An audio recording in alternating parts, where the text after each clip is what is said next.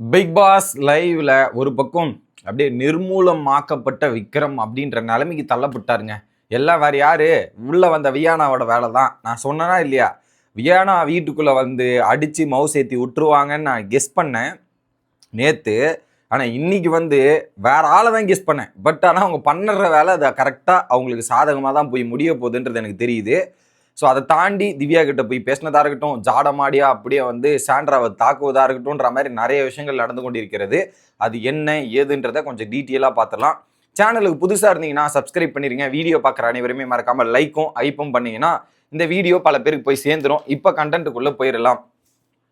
மொதல் விஷயம், வியானா அவர்கள் என்ன பண்ணுறாங்க, கார்டன் ஏரியாவில் போயிட்டு இந்த உலகம் வேற வெளியே இருக்கிறது வேற. ஸோ இங்கே எல்லாருமே பயங்கரமான கேமர், செமையாக விளையாடுறாங்க, மாசாக பண்ணுறாங்க, சூப்பராக பண்ணுறாங்கன்னு நினச்சிருப்போம், வேற லெவலில் நம்ம யோசிச்சு வச்சுருப்போம். ஆனால் வெளியே போய் அந்த நபர்களை பார்க்கும்போது கேமும் டிஃப்ரெண்ட்டாக இருக்கும், வெளியே அவங்களுடைய பிஹேவியர்ஸ் இதெல்லாமே டோட்டலி டிஃப்ரெண்ட்டாக இருக்கும்.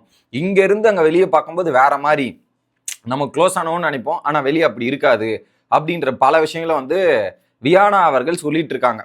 ஓகே, அது ஒரு நல்ல அனுபவம், வெளியே போய் பார்த்தா தான் தெரியுன்ற மாதிரி ஜாடமாடியா வச்சு வெடிய கார்டன் ஏரியாலே பேசுறாங்க. அது யாருன்னா விக்ரம தாக்குறதா இருக்கட்டும், இது ஒரு பக்கம் மாற்றி நடக்குதா. அடுத்து வைல்டு கார்டு கண்டஸ்டன்ஸ் கிட்ட ஒரு சில கேள்விகள் வேற கேட்டாங்க. என்ன கேள்விகள்னா, இப்போ வைல்டு கார்டில் உள்ள வரும்போது நீங்க என்ன சொன்னீங்க, இந்த ஷோவே நல்லா இல்லை, மக்களுக்கு பிடிக்கல, ஒழுங்கா இல்லை அப்படின்ற மாதிரி சொல்லி, இப்போ மட்டும் மக்களுக்கு பிடிச்சா இருக்கு, மக்கள் இதெல்லாம் பண்ணியா இருக்காங்க, இப்போவும் இந்த ஷோ அப்படிதான் இருந்திருக்கு, பெரிய மாற்றங்கள்லாம் ஏற்படுத்தலை, அந்த மாதிரி தான் இருக்குதுன்ற மாதிரி திவ்யா கிட்டையும் சாண்ட்ரா முன்னெல்லாம் ஓப்பனா போட்டு அடிக்கிறாங்க. அப்போ ஒரு குப்பை இருந்ததுன்னா இப்போ வந்து நீங்க கூட எக்ஸ்ட்ரா 2 லாரி குப்பைகளை கொட்டிட்டு தான் போயிருக்கீங்க, வேற எதுவும் மாற்றங்கள் இல்லை, குப்பை தான் அப்படின்ற மாதிரி அங்க ஒரு விஷயத்த சொல்லிட்டு இருக்காங்க. எப்படி குப்பை தான் அப்படின்றதையும் சொல்லிருக்காங்க. வைல்டு கார்டில் வந்து பயங்கரமா பண்றீங்கன்ற மாதிரி மலையாளத்துல, எப்படி மலையாளத்துல வேற போட்டு அடிக்கிறாங்க ஒரு ஜாடமாடியா. சில பேர்லாம் இங்க பண்றது இருக்குதே, ஐயோ அப்படின்ற மாதிரி ஜாடமாடியா அப்படியே அங்க இருக்க சாண்ட்ராவை தாக்குறாங்க. ஃபர்ஸ்ட் விக்ரமே ஜாடமாடியா, இங்க சில பேர் உள்ள பாக்குறதுக்கு தான் இப்படி இருப்பாங்க, வேற மாதிரி வெளியே இருப்பாங்க பார்க்கும்போது தெரியணும் போது விக்ரமையும் சாண்ட்ராவையும் ஜாடமாடியா தாக்குறாங்க. அதுக்கப்புறம் போய் உட்காந்துக்கிட்டு ஒரு பக்கம் கண்ணிலே கண்டுபிடிச்சிட்டாங்க, திவ்யா வந்து கண்ணிலே கண்டுபிடிச்சிட்டாங்க. ஓ அப்படின்ற மாதிரி திவ்யா பண்ணும்போதும் கிளியரா தெரிஞ்சிச்சு.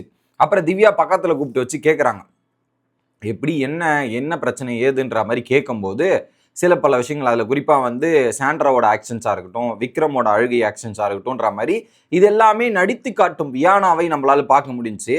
ஆனால் என்ன, வியானா ஒரே ஒரு விஷயத்த மட்டும் வீட்டுக்குள்ளே வந்து மாற்றிட்டாங்க, கேமரா ரோலிங் ஆக்ஷனை மட்டும் பார்க்கறது இல்லை. எப்பவுமே கேமரா நம்மளை பார்க்கிறதா பதிவு பண்ணிக்கிறதா அப்படின்றத வெளியே போயிட்டு மக்கள் எல்லாம் டீட்டெயிலாக நோட்டீஸ் பண்ணி வியானாவை போட்டு அந்த ஃபோட்டோஸ்லாம் அடிச்சிருப்பாங்கல்ல, அதை மட்டும் இப்போ பண்ணுறது இல்லை. அந்த ஒரு மாற்றம் மட்டும் தெரியுது. பட் ஆனால் உள்ளேருந்து போகும்போது ஒரு சில இதெல்லாம் இருந்துச்சுல, வன்மங்கள், ஒரு சில தீரா பகைகள்லாம் இருந்துச்சுல, அந்த பகைகளை தீர்க்க வேண்டிய நேரம் இருக்கு. ஏன்னா இங்கே வந்து அந்த பகையை காட்டுறாங்க, விக்ரம் கூட இருந்த பகை, அந்த பக்கெட் மேட்டரும்.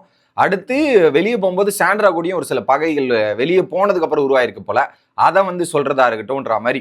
ஏன்னா வியானாவை புரிஞ்சிக்க முடியல, ஏன்னா கம்ப்ளீட்டா இங்கேயும் ஃபேக்கா தான் இருக்காங்கன்றதை நம்மளால சொல்ல முடியும். ஏன்னா வெளியே உட்காந்துக்கிட்டு திவ்யாவை வீடியோ போட்டு அடிச்ச வியானா இங்க வந்து திவ்யாவை பாராட்டுறாங்க. ஹைலைட் என்னன்னா, திவ்யாவை தான் வெளியே வச்சு செஞ்சுட்டு இருந்தாங்க, விக்ரமை பத்தி பேசல, சாண்ட்ராவை பத்தி பேசல.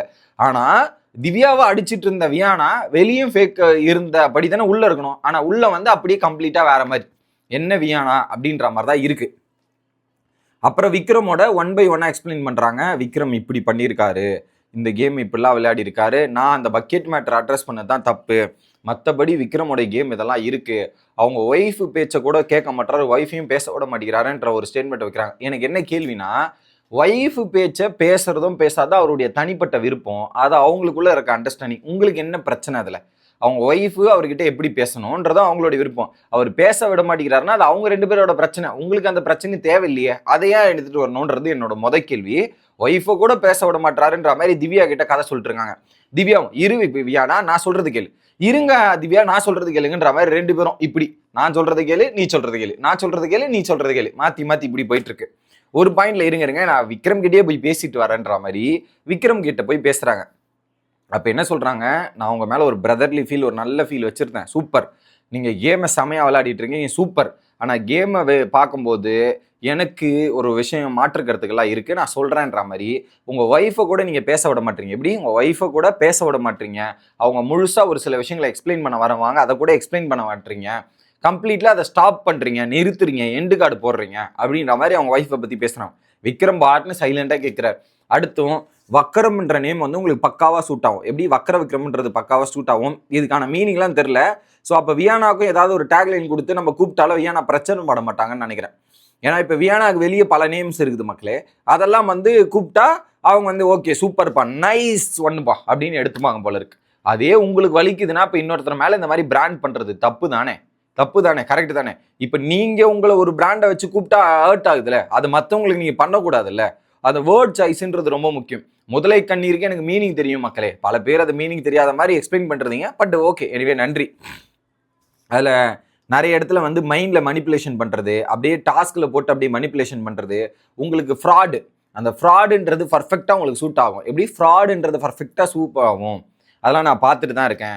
அது எப்படி நீங்கள் தப்பு பண்ணிட்டு அழுதுறீங்க, ரெண்டாவது வாட்டி தப்பு பண்ணிட்டு அழுதுறீங்க, எல்லா வாட்டியும் தப்பு பண்ணிட்டு அழுதுட்டா என்னது இது? அப்போ அப்படியே உங்களுக்கு ஒரு பையன் அழுதுட்டா சிம்பத்தி சரியாகும்னு நினைக்கிறீங்களா? அப்படிலாம் ஆகாது. பட் எனிவே உங்களுக்கு ஒரு சில இடங்கள்ல அது ஹெல்ப் பண்ணி இருக்குதுன்றதை நான் பார்க்குறேன். பையன் அழுதுட்டா அது டைல்யூட் ஆயிரும். ஆனா உங்களுடைய தப்புகளை சுட்டி காட்டப்படவில்லை. எப்படி தப்புகளை சுட்டி காட்டப்படவில்லை? எந்த அளவுக்கு ஒரு கம்பேரிசன் போயிட்டாங்கன்னா, திவாகர் தப்பு அக்செப்ட் பண்ண மாட்டாரு, வினோத் தப்பு அக்செப்ட் பண்ண மாட்டாரு, கிரிட்டிசிசத்தை திவ்யா கிட்ட பேச முடியாதுன்னும் போது கிரிட்டிசிசத்துல சி கூட கேட்க முடியாது விக்ரம் கிட்ட அப்படின்னு சொல்றாங்க. ஆனா எனக்கு அப்படிலாம் தெரியல, விக்ரம் எல்லாத்தையும் கேட்கற மாதிரி தான் இருக்கு. கிரிட்டிசிசம்ல மத்தவங்களை பேச விட்டு இதுல கம்பேரிசன் எனக்கு தப்பா இருக்குன்றேன். விக்ரம் கேட்பாப்புல, கேட்காமலாம் இருக்க மாட்டான், கேட்டுதான் சில விஷயங்கள் பண்ணுவாப்புல. ஆனா கேட்காம அப்படின்றத என்னால ஏத்துக்க முடியல. அடுத்து விக்ரமை நான் லாஸ்ட் டைம் நாமினேட் பண்ணேன், அதில் எனக்கு இது மாதிரி இருந்தது. எனக்கு எஃப்ஜே சொல்லியிருந்தாவோ கனி சொல்லியிருந்தாவோ பிரச்சனை இல்லை, நீங்கள் சொன்னதான் எனக்கு ஒரு பிரச்சனை அப்படின்றதா இருக்கட்டும். நீங்கள் தான் சுபிக்ஷாவோட கேம் ஸ்பாயில் ஆனதுக்கு காரணம் நீங்கள் தான். சுபிக்ஷா வந்து அந்த ஃபினாலே டைட்டில் வரையும் ஜெயிச்சிருப்பா. உங்கள் கூட இருந்து உங்களோட கைடன்ஸால தான் சுபிக்ஷாவோட கேமே போயிருச்சு. அது எல்லாத்தையும் காலி பண்ணிட்டீங்க. ஆனால் வெளியே இருந்து பார்க்கும்போது நீங்கள் எல்லாரு கூடயும் பாண்டை கிரியேட் பண்ணி ஒரு கேம் விளையாடுறீங்க. அதைத்தான் உங்கள் ஒய்ஃப் சொல்ல வந்தாங்க. அதுதான் எங்களுக்கு அப்படி தெரியுது. உங்களுக்கு தேவைன்னா ரூல்ஸு, தேவையில்லைன்னா அந்த ரூல்ஸை பெண்டு பண்ணிக்கிறது, குறுக்கில் போகிறது, சந்தால போகிறது, இப்படி போகிறது அப்படி போகிறதெல்லாம் பண்ணுவீங்க அப்படின்ற மாதிரி வியானா போட்டு விக்ரம சதன்னு சதைச்சு முடிச்சிட்டாங்க.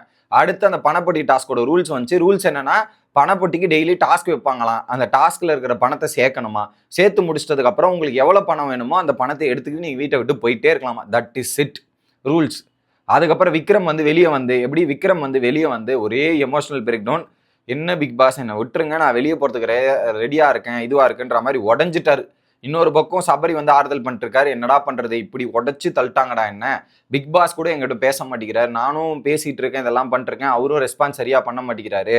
நான் இந்த கேமுக்கே வந்திருக்காது போல இருக்கு, நான் நல்லது நினைச்சது பண்ணது எல்லாமே கெட்டதா போச்சு அப்படின்ன மாதிரி ஒரு மாதிரி கண் கலங்கி கார்டன் ஏரியாவில் உட்காந்து அழுவதும் தருணங்களை பார்க்க முடிஞ்சு.